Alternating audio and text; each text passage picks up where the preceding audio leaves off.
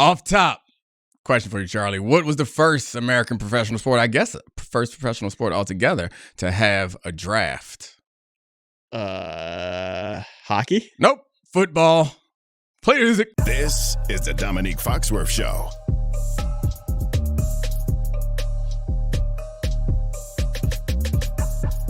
Welcome to the Domonique Foxworth Show. I'm Domonique Foxworth, joined by Charlie Kravitz and special guest Jordan Reid. We're going to do some mock drafts. Do you know who the first pick was? It was 1936. I have no idea.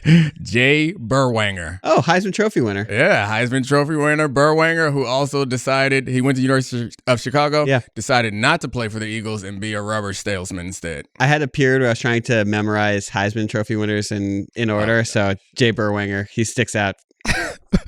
I'm sorry, Jordan. You're being introduced to the weirdness that is what? That's like the least weird thing I've said. So before we started the show, Charlie was on a weird run. He's gotten really comfortable, and we're really getting to meet the real him. Trying to memorize all the. I was fascinated when my rookie year. I used to sit next to Champ on the bus. And he had memorized all the state capitals because he said they made him do it in elementary school. Yeah. And I had no idea. Like, I know all the state capitals. You know all the state capitals? No. Yeah. At one point, I think I knew most of them, but not anymore. Jordan, you have anything weird memorized? No, not anything weird. Honestly, I was a huge sports guy growing up, obviously. Uh-huh. So, like, I remember I was a big video game guy growing up. So I knew, like, every player on every roster. Mm-hmm. Maybe that's weird to some people, but. No, not to us people. Well, we're gonna break you, Jordan. We're gonna break you. You're a real, like, above board, straight and narrow, and I feel like you've just been sitting here looking at us like you guys are nuts. But it's a little crazy in there, Jordan. We gotta find it. Also, you gotta understand, like, I love making fun of Brick Johnson for using Madden ratings to veto a trade, but that is the way when you're a kid to learn the attributes and where everyone went to school. Like, it used to be you could ask me like random linebacker on the Bills because you'd have a trade for him in your Madden franchise, and I'd be like, Ohio State, next question. What was the year? What age was it when you feel like you knew the most? Was it like the peak of your Madden playing is when you knew the most names? And NCAA, because then I would like go through. This was before you could like go online and upload the rosters with people's names. I used to manually go in and put people's names in on the teams I wanted to use. So I would say when I was like 15, probably like high school sophomore. You look appalled by that. Did you want the answer to be when I was like 12? No. I just asked you when you knew all the names. I didn't know that you were actually manually like programming all the names in. Like you could just for a while, because then you could upload them to. You could put the draft classes in Madden. But Jordan, you don't realize this. I used to not actually play NCAA football. I would just simulate, and I'd have my dynasty go for like 90 years with North Texas. He's disgusted by us. So what was the purpose of the dynasty then? To build the dynasty, win as many national championships. If you're just simulating the whole thing, recruit, build the roster, get invited to a bigger conference. Use the fertile recruiting ground of North Texas. I want to be on Jordan's side with mocking you because you are essentially just doing a job for free. Like the fun part about video games is not like the administrative type work of running a team, but I also did a lot of dynasty simulations and franchise simulations back in my youth. It would be work if I wasn't here now about to do a mock draft with Jordan Reid. What we call that now is trade school. Well played. All right. So we're going to do a mock draft. First 12 teams. You want to know why we did 12 teams? You'll find out when we get to number 12 if you don't know already. But first pick, we're going to give it to Jordan Reid. On the clock, the Tennessee Titans, Jordan Reid. I feel like this is an easy one. Yeah, I'm going to go with Cam Ward, the quarterback out of Miami. I think this is a simple pick for them. And if you just look at what they've done in free agency, whether it's signing Dan Moore, everybody can argue about that based on the money that they gave him. Kevin Zeitler is another veteran that they brought over as well. They haven't touched quarterback at all outside of Brandon Allen. And, everybody has their thoughts about if he's even going to be on the roster going into the season, whether he's their quarterback 2 or the quarterback 3. You bring in competition, quote unquote competition for Will Levis, but the QB1 spot is still wide open and something, that they haven't touched at all. They could have brought in Sam Darnold. They had all these other options that they could have done to bring in other veterans, but they bought in a low level player at the position. So that's why I think it's obvious that they're going to take a quarterback, and I'm going to take Cam Ward here. So, I mean, only you and Charlie are going to draft. I'm going to be the draft moderator and criticize your picks and tell you where you're wrong. That's my role in this. Charlie's going to get all upset about this because he thinks that I don't want to do a mock draft, but I do want to do a mock draft. I'm disgusted by this, but I'm going to put this on the back burner for a second. Okay. The unmitigated gall of Domonique will go on the back burner for 1 second because I'm with Jordan. To me, it's like this is the obvious one. He's in the group of elite prospects at the top of the draft, and when you group him being an elite prospect, the gap between him and the next best quarterbacks and him being a quarterback, it's that to me, it seems like a slam dunk. He's going number one. He deserves to go number one too. Back to you, Domonique. Jordan, a little backstory here. Here we go. Uh-oh. I was texting Domonique last night about what to do for the show. And I was like, we got to make this evergreen. Like, let's do a little mock draft. And he goes, okay. Period, and sends it. And he goes, I like to do smart things. That's one of my assets. And I was like, okay, so I guess we're not mock drafting. And to which I got no smart idea sent to me. It was just purely a criticism of my idea. It wasn't a criticism of your idea. I refuse to get bogged down in this foolishness. If that's the story you want to tell, congratulations. And he's so upset about it, he won't draft. He's so upset about it, he won't draft. He won't put himself out there because this guy wrote articles about how Josh Allen sucks before the draft, and now he's too big of a coward to draft. I never wrote an article about how Josh Allen Harrison Jr. is going to the Hall of Fame. I thought, whose voice is that? That's it. Josh Allen stinks. Marvin Harrison Jr. Hall of Famer. Any no longer ones? Drafting. Any other ones you want to call out? No, that's it. My poor Lions corner take. Oh, I forgot about that dude. Can't even remember that dude's name. Jeff Okudah. Yeah, Jeff Okudah cuts me deep. I thought Jeff Okudah was going to be nice. Yeah, well, you can always blame that on the Achilles. The Achilles came after he was not nice. Yeah, but it could have been a slow developing corner. Well, at least I was decent enough to get myself together for this show. You just throw a hat. How long does it take you to do something to your hair? Because you show up with hats all the time. Like, you're not bald. This is a podcast. It's not the point, whether it's a podcast or not. Is it on television? Yes. Okay. You're on TV right now. You're on ESPN 2 right now with a goofy hat on. Wash your hair. Like, I mean, it's one of the benefits. We're taping this early, and you don't even got to get a shape up. We did a 2-hour prep call. You get one haircut a month, and you can't bring yourself to wash your put some mousse or whatever you do, shake it up and show up. You can't even do that for the show. Sorry. But you give me a hard time because I said maybe we could do a smart topic. Okay. Sorry, I had to prep you for 2 hours, to which you're not even drafting for this show. Started it. That's why I didn't have time to wash my hair because I was too busy trying to reel you in on this mock draft that you are now refusing to set out a single opinion or ask funny questions about. Great pick. Charlie, you're on the clock. Cleveland Browns. The Cleveland Browns are on the clock. As an organization, we are a dumpster fire. I don't think that you're not allowed to give an acceptance. We are in cap hell. We have no moral high ground to speak of. We have re-signed Myles Garrett to a deal where we're going to pay him as much as Dak Prescott annually.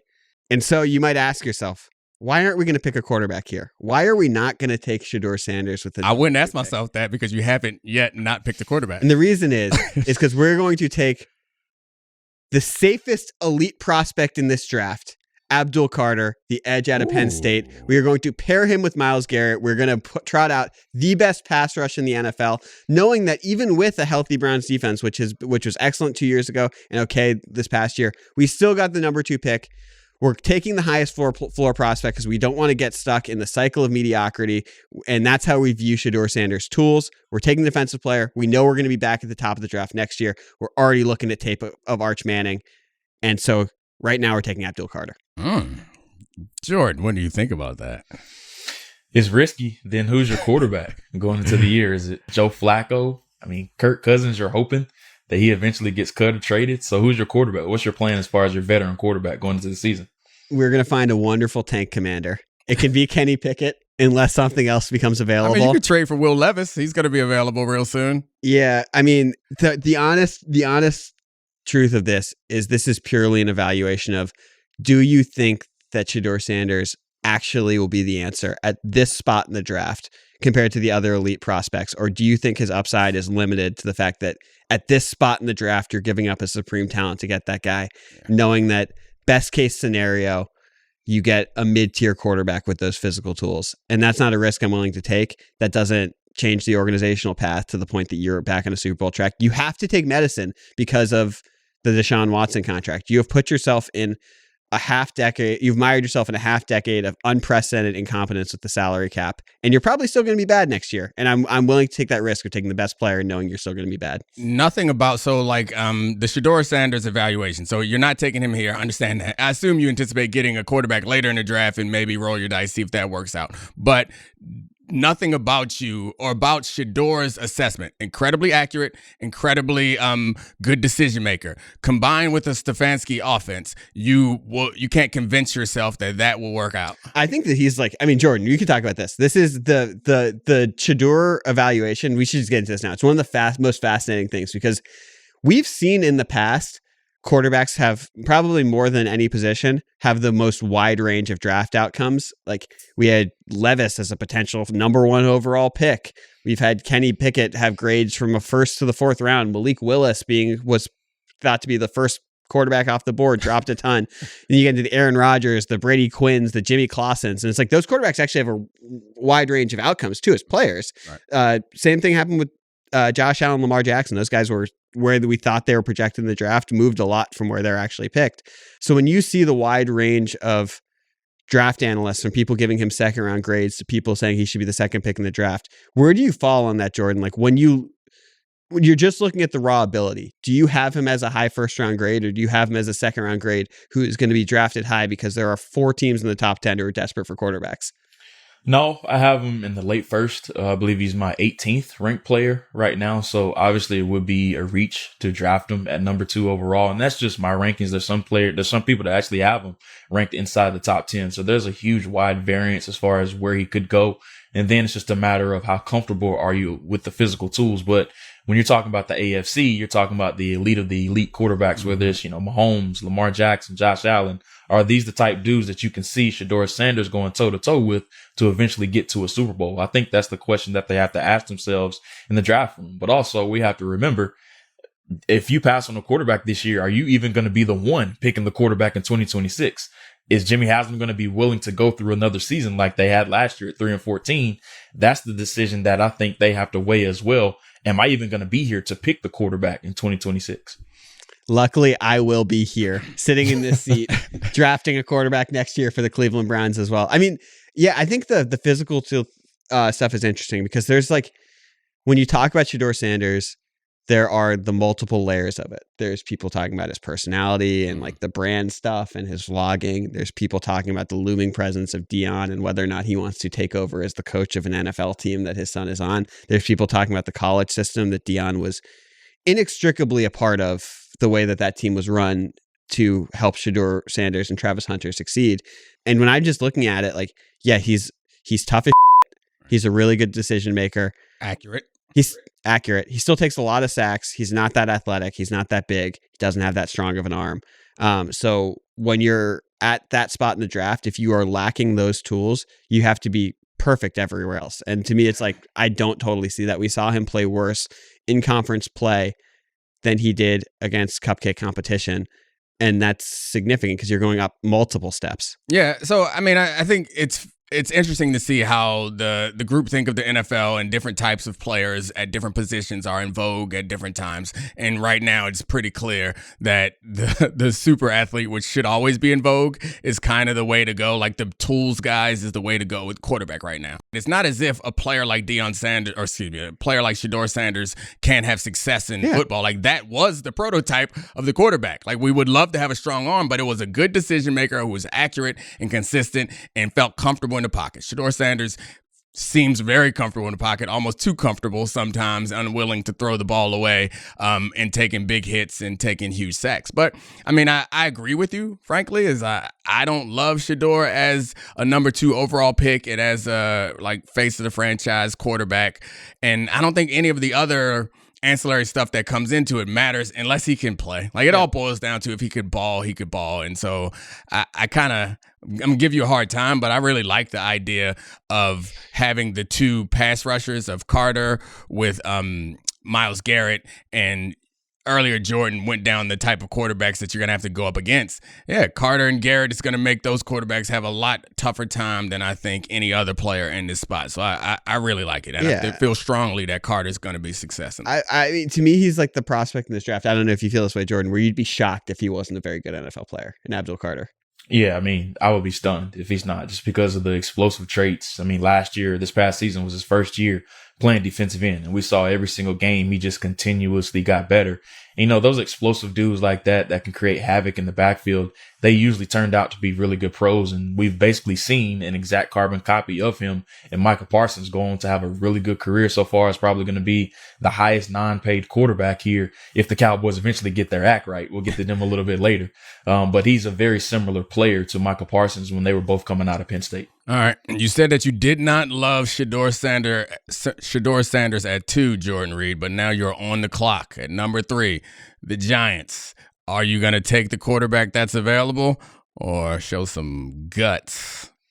No, I mean, you have to take the quarterback here if you're the Giants. They're in absolute desperation mode with the quarterback right now. We've seen Joe Shane and Brian Daboll, their feet are to the fire right now just because they have to win next year. Like, there's no ifs, ands, or buts about it. Even if they're not in love with Shedeur Sanders, I still think they have to take him at number 3 overall just because they need some type of visible plan under center. And just because they passed over a quarterback last year, they took Malik Neighbors, who's a damn good player and is going to continue to be. So you already have that weapon for Shedeur. We saw both those guys playing catch in Times Square all over social media. So they already have a somewhat of a semblance of a relationship already. But I just think they're in a situation of where they have to take a quarterback at number 3. And if Sanders is there, they have to take him. You brought up Shane and Daboll. Do you think that that's the driving factor in this decision? If you were a first-year head coach, or if you owned the team, or you didn't feel like your job security was on the line, would you still go with Shedeur Sanders, or does this feel like, because to me it sounds like the major motivating factor for drafting Shedeur Sanders is it potentially changes your timeline as a coach and a GM, because if you show a little promise, you go 500 next year, or you go a little under 500, but you show that your young quarterback is getting better, you do save your job, right? Is that the driving factor? If you're not in that position, would you still go Shedeur Sanders here? I wouldn't. I would look to go elsewhere, just because I think there's a higher ranked player who I have as the best ranked player still on the board, and that would be Travis Hunter. I would feel more comfortable taking him there, but of course, that's a hypothetical, and they're like I said, their feet are to the fire and their jobs are on the line. So if my job was not on the line, I obviously would go Travis Hunter here. Pair him with Malik Neighbors. They would be absolutely terrific. And then the additions that they have made on defense. I mean, you can play him at corner, you can play receiver. The list goes on and on as far as what he can do. But if my job was not on the line, I would go with Travis Hunter here. But with their jobs on the line, they have to pay what I call the quarterback tax, and that's taking Shedeur Sanders here at 3. So when we do the Shedeur talk, because like a lot of people had flattened the story to the off-field stuff and being like, oh, this is a story about father and son and like the off-field stuff, and it obscured the evaluation, which was very mixed about his talent level as a player. And I think that's probably a huge part of the range of outcomes that different evaluators have for him in the draft. But now let's flatten it to that. They're in New York. They're in the biggest media market. Does that factor in at all? That you have a coach who's on the hot seat. You have Deion, whose desires might be to coach in New York. Who knows? He has desires, visions of grandeur for himself. And you're putting Shedeur in a hotbed where he will become the biggest story in New York immediately once he's the starting quarterback. You can't pretend that it's not a factor. I think what it boils down to, though, as much as you're trying to force us to have this portion of the flattened conversation, I think the truth of it is, well, I didn't mean it. No, I know. I am doing it. I'm literally baiting. Yeah, I'm doing the dumb bait. I just no, I don't have a problem with the dumb bait. I'm down for a dumb bait conversation, but I think we kind of sidestep all of that because I think none of us think he's great. Yeah. And like none of that all comes into play I guess if you stink in New York, it's harder. So that makes it a little bit tougher if he's not playing well. If he balls out, it's better. Like I think for him specifically, all that matters is how well he plays. I do think the conversation like this always gives us an opportunity to get into some bigger picture things, but I don't know that they necessarily apply. Whereas like I know growing up, and not even growing up, in the last 10 years or so, our perception on quarterbacks has changed a lot. And I remember feeling the need to defend the, like, quotes, brash guy. I don't feel like I need to defend the brash guy anymore. I think that anyone who's, like, falling into that trap is doing it reflexively. Where it's like, oh. Getting into reruns. Yeah. Getting into because, reruns like, on it. when people called him brash and I saw people in media, like, saying, you wouldn't say that about this quarterback. Like, hold on, guys.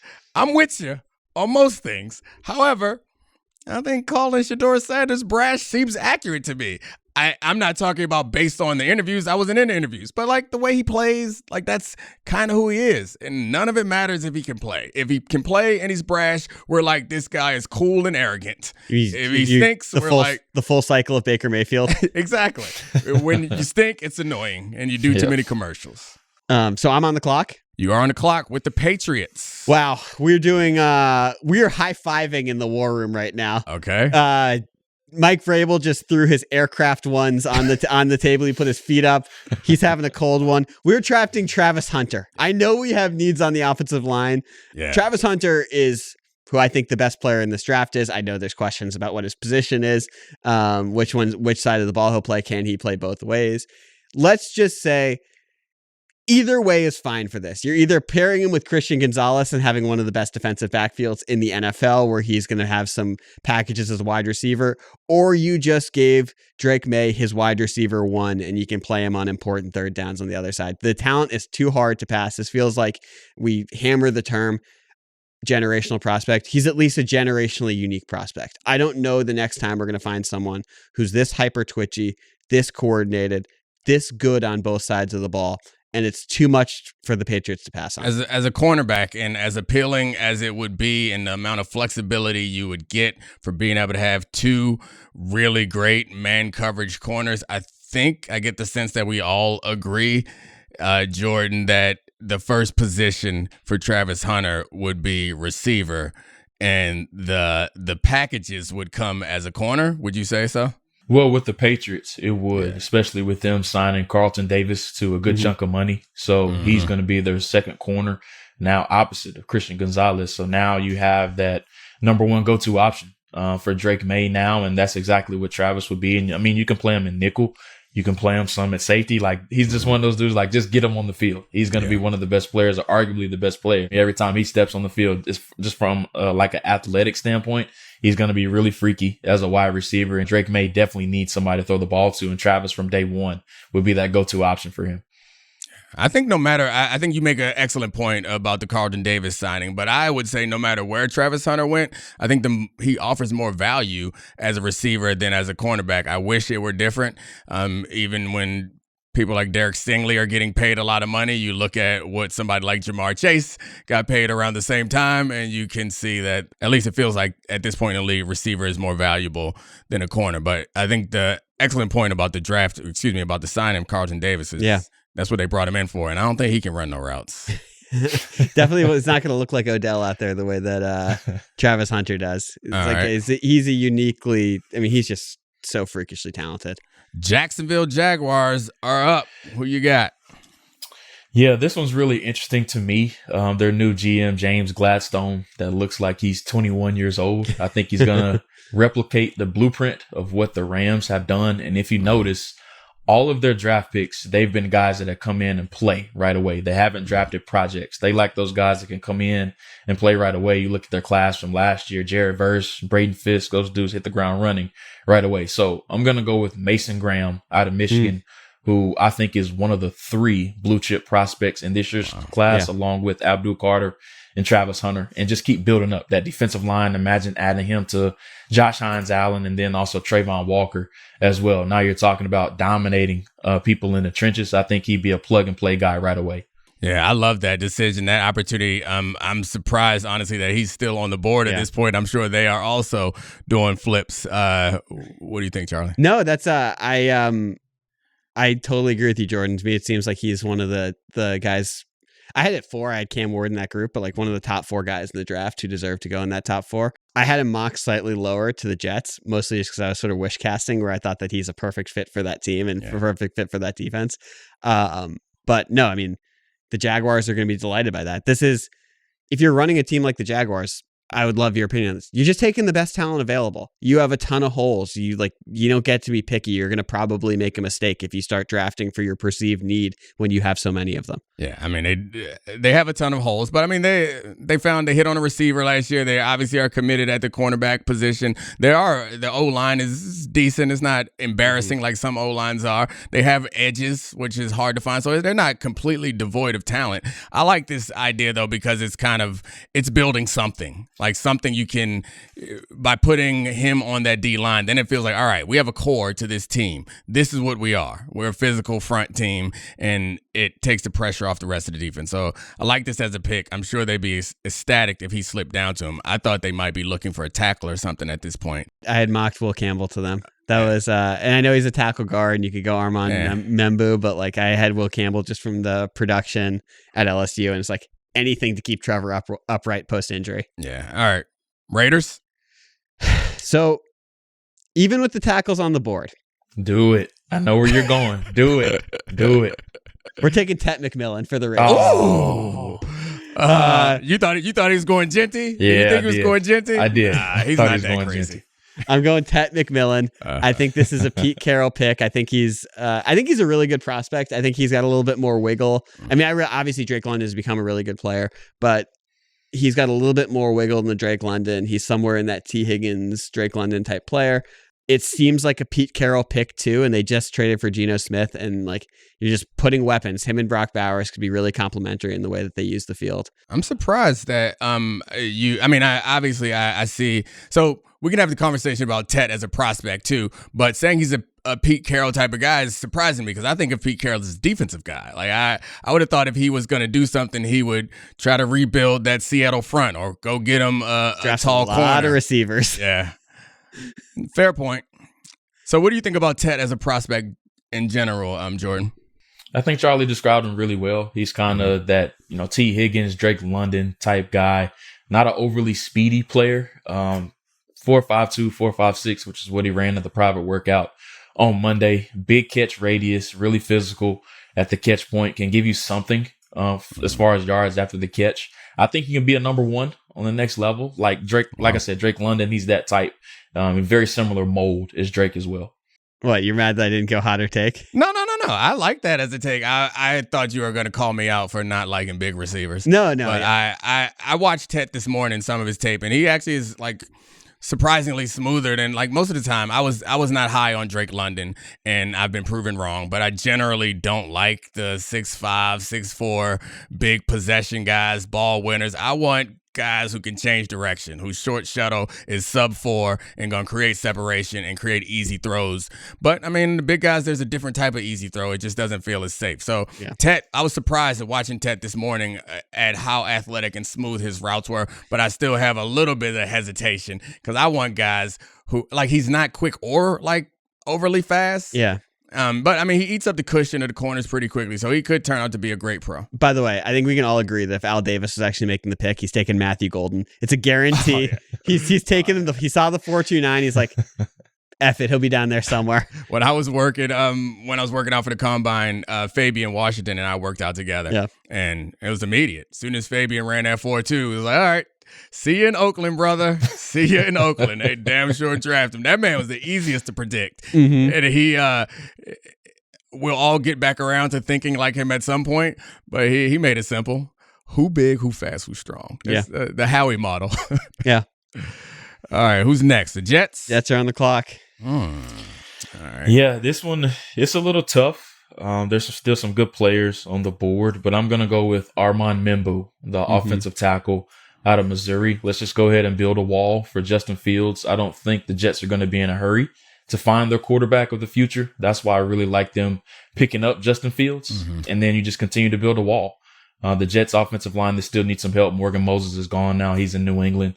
So now you have a hole at right tackle. I think you slide in M'Bu and then you pair him with Olufashinu, the first round pick from a season ago. Now they have bookend tackles for whenever they try to figure out long term who their quarterback is going to be. Has M'Bu overtaken Campbell as the best tackle in this draft because of the Campbell's arm length? Because I feel like Campbell grades out better and has had more consistent good play, but just because of the like physical measurables and athleticism, has M'Bu passed him in your view? For a lot of people, he has, and he has for me as well. I've always had Will Campbell as a tackle, even going back to about November when I saw him in person. I could really tell that, he had shorter arms back then. I was going to be surprised if they came in at over 33 inches, and that's not a knock against Will Campbell. I still think he can be a successful tackle on the next level, but I just think he can be an even better guard. And like I said, that's not a knock against him at all. I just think he has more potential inside, especially when you take into account the physical profile that he plays with, the balance as a pass protector, and then the physicality as a run blocker. It's the whole Peter Skoronski debate all over again. When he was coming out of Northwestern, a lot of people thought that he potentially could be a tackle, but as soon as Tennessee drafted him, they said, nope, we're putting you inside at guard, and he's turning to be a good starter for them. The classic Skoronski debate. Never forget it. Had the country split. No matter how many times you say that you don't mean to disrespect Will Campbell, you told that man he got to play guard. That's a slap in his face. That's a slap in any tackle's face. We're going to kick you down. Kick you down inside. The crazy thing is, like, the rest of his athletic testing was really good, too. Right. He is explosive. He is fast. He's mobile. And he is, like, obviously he's been a really good player for all 3 years he was at LSU. What I know about you, Charlie, I would think that you would agree with Jordan Reid about Will Campbell, because I know you don't believe in physical outliers, like the low end physical outliers. The question is like, other than the arm length, he's not that low end. And the thing that's interesting to me is like, okay, say he's Quentin Nelson. I mean, that'd be incredibly high. But I'm saying, so say you move him to guard and he's an elite athlete from a tackle and who is like a phenomenal college player. But Okay, say he's not Quentin Nelson. Say he's one of the guards for the Eagles who slid down from that. Say he plays as well as Landon Dickerson, or the way that Mekhi Becton. I was going to call him Tristan Wirfs because they're from the same draft. How dare you? How dare I? Yeah, Mekhi Becton is awesome. Move to guard, and it's like, if that's obviously not the floor, but that could be the ceiling. But that's what you would guard do. Prospect. You wouldn't even try him at tackle. No, I'd try him at tackle. Okay, and because I'm on the clock with the Carolina Panthers, even though they have so many needs on the defensive line, so many needs, I'm going to take Will Campbell and play him at right tackle opposite Ike Ekwonu. It's funny though, because didn't they invested a bunch in the interior offensive line? So you don't have the luxury of being able to kick them down.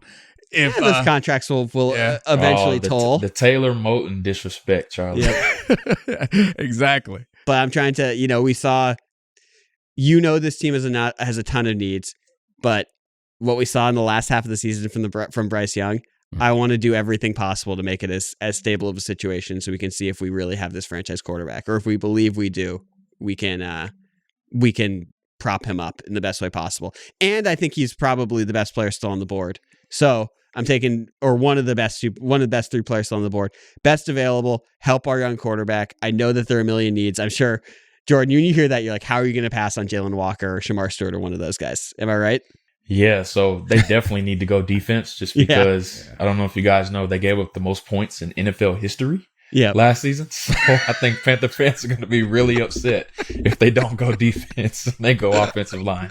That's why I'm here and not running their draft board. And offensive line is if you could consider anything on their team strong, it's one of the strengths that they do have. But I strength on strength. Yeah, I don't hate. Again, it's back to the conversation we were having earlier about, what was it? We put Graham on the Jags, where it's like you made something a true priority, and that is what you can build everything off of. I don't hate it, particularly when you have an undersized quarterback. I think you're going to Joe Burrow route. We're going to try to outscore everybody. Well, my other thing is when you look at teams that make draft mistakes, oftentimes they're drafting because they had this worse defense and they're trying to appeal to a theoretical need. If you think Will Campbell's the best player remaining, you look at some of the teams that have drafted really well, you're talking about Howie Roseman himself.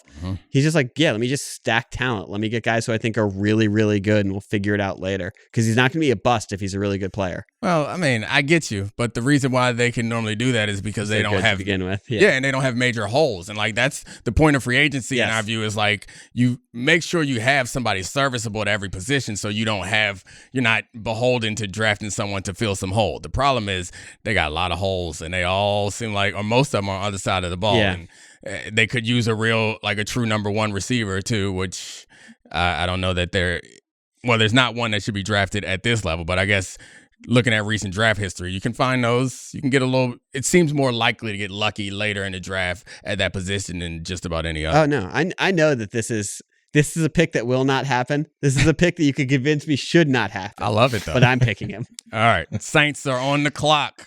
This is the hardest pick in the first round to predict, just because you talk about a team that has a ton of holes. The Saints has a million of them on both sides of the ball. And for whatever reason, they're the spinning wheel of mediocrity. That's what I like to call the Saints. And they feel like they can win now every single year. So I'm going to go with the luxury pick for them. And that's Tyler Warren, the tight end out of Penn State. I could just see them liking him, liking his profile. And this is a pick that a team that feels like they can win right now makes, especially when you're talking about taking a tight end inside the top 10. And I believe he's one of the best players in the draft. He's my number 8 overall player. I can see Kellen Moore really feeling like he can unlock that offense just because they don't have a lot of perimeter threats outside of Olave and also Rashid Shaheed. So they need that big body tight end for Derek Carr over the middle. And Tyler Warren definitely can be that target for them. Yeah, and Tyler Warren is also like a really good blocker. Like the extension, improves the running game. It does give you some sort of, some advantage that you can build around with a big guy like that. And they already have all the plays in the playbook for him to do the quarterback stuff, right? Then he did Taysom Hill. Yeah, he did some Wildcat. He can Taysom Hill it all up down there because Derek Carr is not the long-term answer. So when I said that Will Campbell's one of the guys, I thought was one of the 2 best players left on the board at that point. Tyler Warren was the other one. And I know that's again, it's luxury, but he's just such a good player. How much of this is having success at tight end last year? The Brock Bowers. Yeah, I'm feeling myself because I was like the Brock Bowers. It happens every year where you're like, whatever happened last year, we think it's going to happen again. Is there a possibility that maybe Tyler Warren is a lot like all the other tight ends that got drafted high in the draft? I think I'm so swayed by that, but I'm also so swayed by like the college football playoff. Like I saw, he was real. Yeah, he was awesome in that. Yeah. That was also the Abdul Carter thing. I think I texted you after like the 3rd play of that game before he went out, and I was like, "Oh no, don't worry, just draft him top 3." Yeah, I mean, you didn't tell your real text. It was like, "There's no reason to watch this game other than Abdul Carter." was what you actually said. Like, there's no in reason. The Boise State game. It was like Ashton Jitty running around out there. It was like, there's no reason to watch this game other than 11. I also texted you, you're going to be disgusted by Drew Aller, and when you see his draft position in the 2026 draft. Yes, I shouldn't have been as surprised as I was that you went through NCAA 2001 or whatever and inserted all the names, knowing that you were like, hey, get ready for that Drew Aller talk next year. I was like, you're going to be appalled. This guy, you're going to be sickened. But you're right. The Bowers thing changed a lot because you've seen a lot of top of the draft tight ends. Jordan, this is a position you have to learn tackle and receiver essentially to play tight end in the NFL. Yep. It's usually a steep learning curve. But he seems to me like he's at this point in this position, he's so good. I don't know why you wouldn't take that, what seems like a smaller risk than any of the other top prospects. All right, Bears are on the clock. We're back at you, Charlie. Ashton Jeanty. That was easy. They're so happy the Raiders didn't pick him. And I know it's like, this gets into the question. This is a super deep running back draft where you could take either of the Ohio State guys or Omarion Hampton later.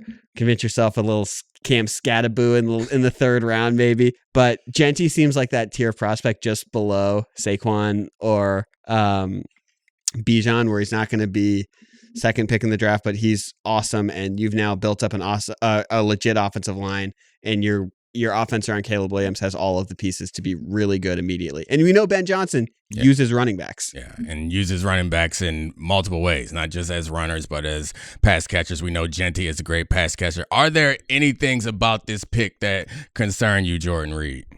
No, not at all. I mean, you pair him with DeAndre Swift. I think they have a dynamic duo in the backfield. I think you guys put it perfectly. Ben Johnson loves to use the running backs. We saw what they were able to do in Detroit with Montgomery and then also Gibbs.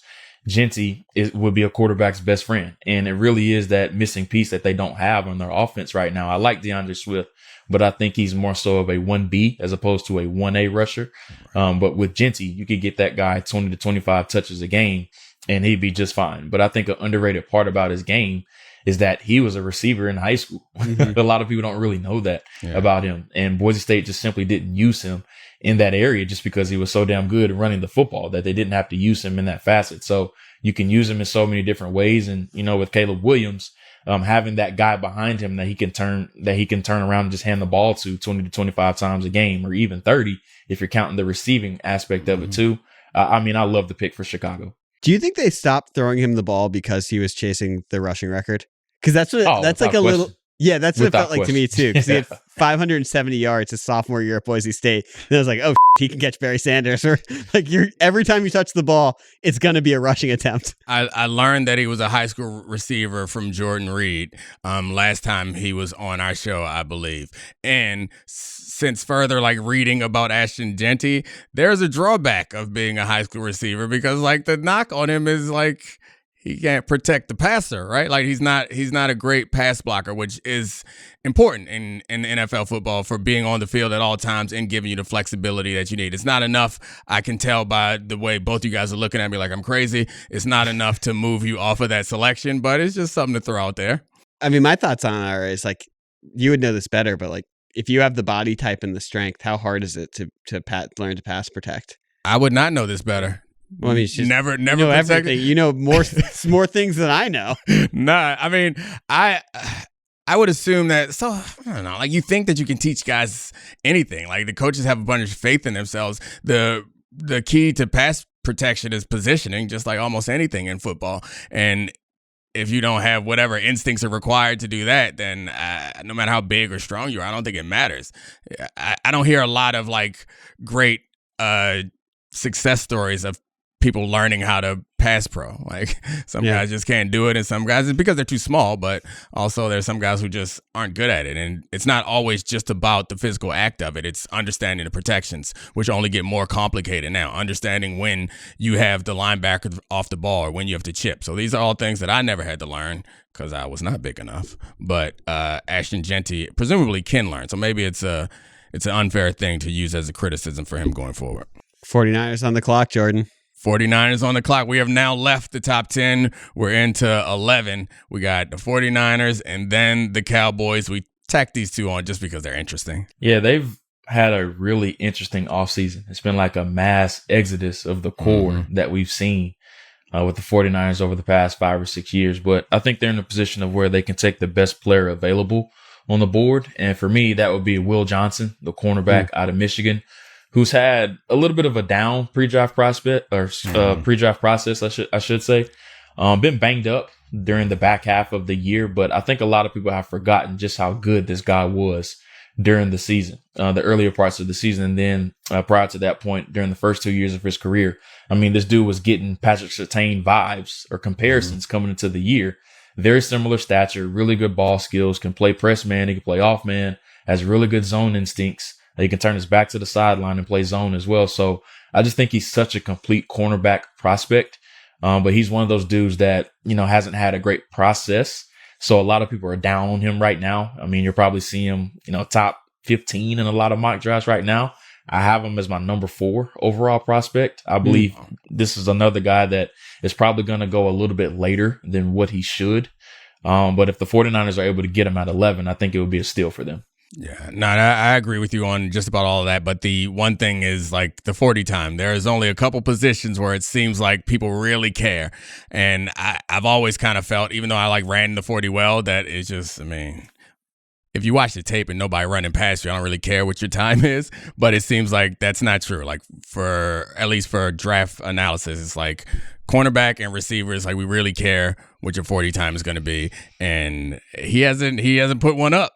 So like that's got to be pretty scary for a number of teams. But I think you're right. He's shown this. He's proven this ability to be versatile at that spot. I think the 49ers, the big thing they need to rebuild is their defense. Yeah. And so if he's the best available defensive player, I'm shocked that you wouldn't go edge rusher because that D-line is busted, and to put an edge rusher opposite Bosa, I think might have a bigger impact on how good this team is than a cornerback would. But if he's a can't miss or a seemingly can't miss versatile cornerback prospect, and on that style of defense that they run, I guess it's evolved some, but that style of defense has always been predicated on having a good front four. When I did this, I went best player available too, but I went Nick Emanwari to the 49ers. Your guy, Jordan, where I was just like, do you think he can be more? Do you think he can play like Kyle Hamilton and unlock your defense? If you have to rebuild, if you're rebuilding a lot of it, it's like total freak. I mean, he has to be the number one freak of this combine process. Safety, right? Yeah, 6'3", 225, 4.38 speed, From crazy broad jump. And I don't know. He could be incredibly valuable. Now the Cowboys are on the clock. Yes. What's Jerry gonna do? They have a lot of holes. I do think that despite the fact that they need a number 2 receiver, I think I'm going to go slightly more chalk and take a defensive lineman. And I think they're going to take Jalen Walker and have him be opposite Micah Parsons and just take high-end athleticism. You could convince me of Shamar Stewart. You could convince me of Matthew Golden. You could convince me of a bunch of different ways. But to me, it's just like, if he's sort of the highest-rated draft prospect left, you can't really go wrong taking a good edge in this position. Does his size give you any concern or not really? I mean, he's a 6'1" guy, which is not like enormous, but yeah, he's an explosive athlete. What do you think about that pick right there, Jordan? Yeah, he's a bit of a polarizing prospect, especially in the media, just because a lot of people don't know where exactly you play him, just because he doesn't have the greatest instincts as an off-ball linebacker. And then he's so small off of the edge at 6'1", 245. A lot of people don't think he can consistently play that, especially when teams start to run at him and he tries to hold the point or set the edge as a run defender. But the player that he reminds me of is Frankie Louvu. And that's the type of player that you have to use him as. He doesn't have a designated position. Just keep that dude moving forward and say, hey, go terrorize the offense. That's exactly what Dan Quinn has done with Frankie Louvu. Now, how early would you be comfortable taking a player like Frankie Louvu?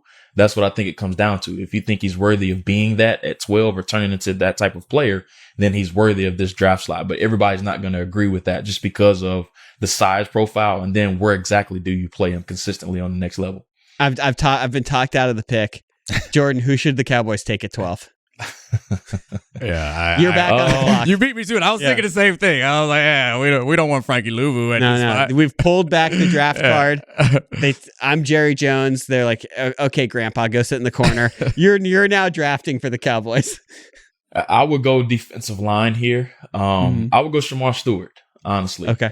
Just because he has the size profile that you look for, 6'5", 265 pounds. I mean, he's a freak athlete. And then he just hasn't had the production, only had 4.5 sacks during his career. So he doesn't have the profile that you're looking for from a statistical standpoint. But if you look at this dude, man, he's like carved out of stone and built in a factory. The creative player that we made on Madden to use, that's exactly what he is. Like, his athleticism is eye popping. And it's just like, why wasn't this dude able to produce and not have more sacks? So it's one of the biggest mysteries of this year's draft. And I mean, you have to have a lot of faith as far as the production eventually catching up to the traits. But I mean, just pairing him with Micah Parsons, I mean, it would be impossible to block them two dudes. And when you're talking about their explosiveness. Yeah, he's a monster from A&M. Charlie got me on him a couple months ago, and I fell in love with him. I went through a roller coaster where I fell in love with him the first game I watched. Then I watched the second game and was like, that's not the same guy. So it's like up and down the type of performance that he has. But yeah, those traits are impossible to find. You find him on a player like that and moves so comfortably. Like, he looks like I learned that he played basketball, obviously, and he looks like that. He looks like a guy who is long and comfortable with doing explosive things. So I'm so glad we switched the pick. Yeah, Jalen Walker, sorry, buddy, you're dropping to the middle of the first round. All right, good draft. I appreciate you so much, Jordan, for joining us and making this a lot smarter and a lot more fun. Thank you, Charlie, for bringing all the fun and the great hat. Thanks. We out. Appreciate you guys. Thanks to all the great producers. I love you, Paul Bill. We out. This is the Domonique Foxworth Show.